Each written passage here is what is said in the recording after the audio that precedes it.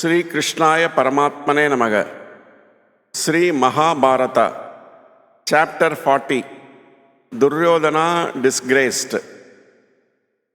The Kauravas reached Dvaitavana with a great army and many followers. Duryodhana and Karna went with unconcealed joy at the very thought of being able to gloat on the sad plight of the Pandavas. They themselves camped in luxurious rest houses in a place 4 miles off the abode of the Pandavas. They inspected the herds of cows and took stock of them.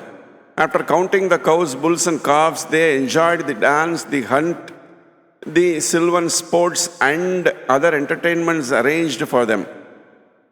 While hunting, Duryodhana and his party reached an attractive pond near the hermitage of the Pandavas and ordered a camp to be put on its bank.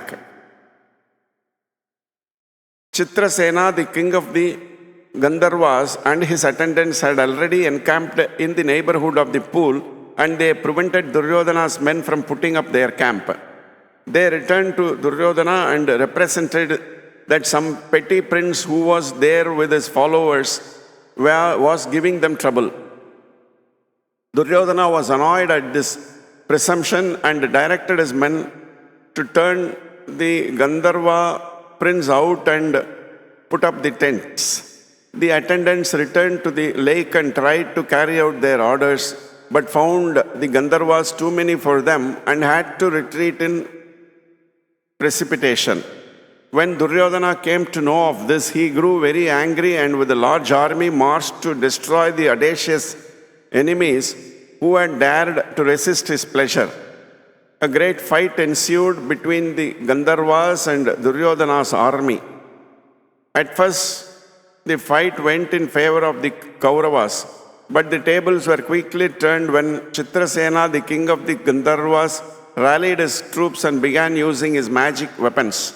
Karna and the other Kaurava heroes lost their chariots and weapons and had to retreat in haste and ignominy.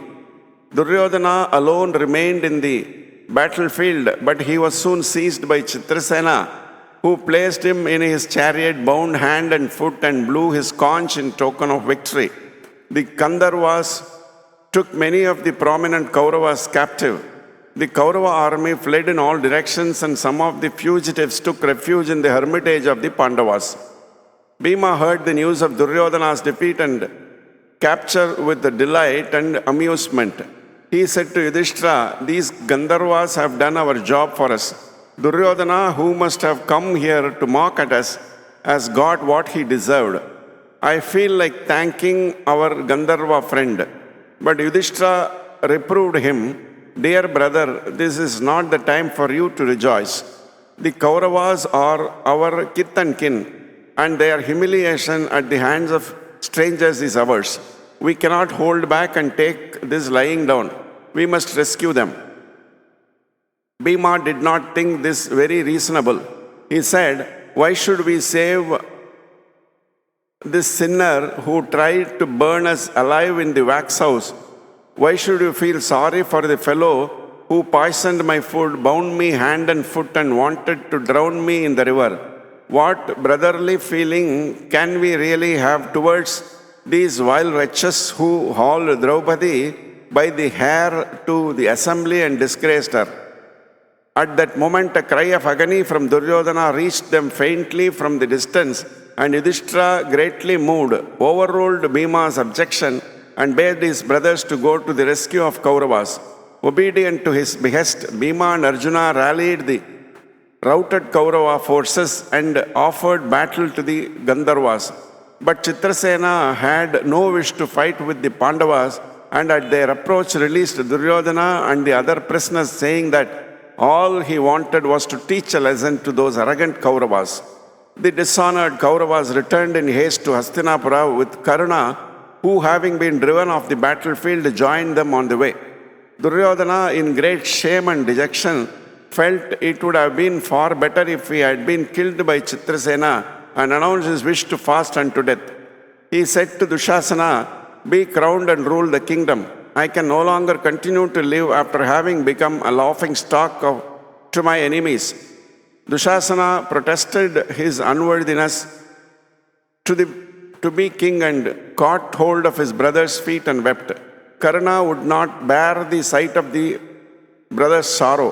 Karna said, "This does not befit heroes of the Kuru race. What is the use of just collapsing under sorrow? It will make your enemies happy. Look at the Pandavas. They have not taken to fast in spite of disgrace they have suffered."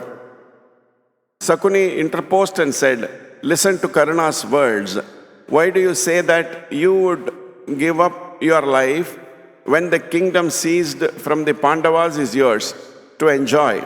Fasting serves no purpose. For if you really repent of what you have done till now, you should make friends with the Pandavas and give them back their kingdom."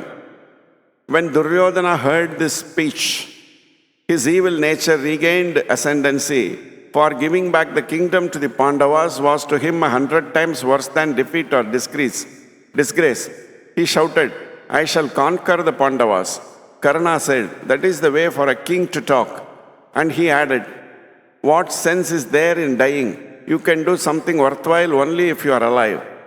While returning home, Karna said, "I swear to you by all that is holy that when the stipulated period of 13 years is over, I will kill Arjuna in battle." And then he touched his sword in token of the oath. This completes chapter 40. Om Namo Bhagavate Vasudevaya.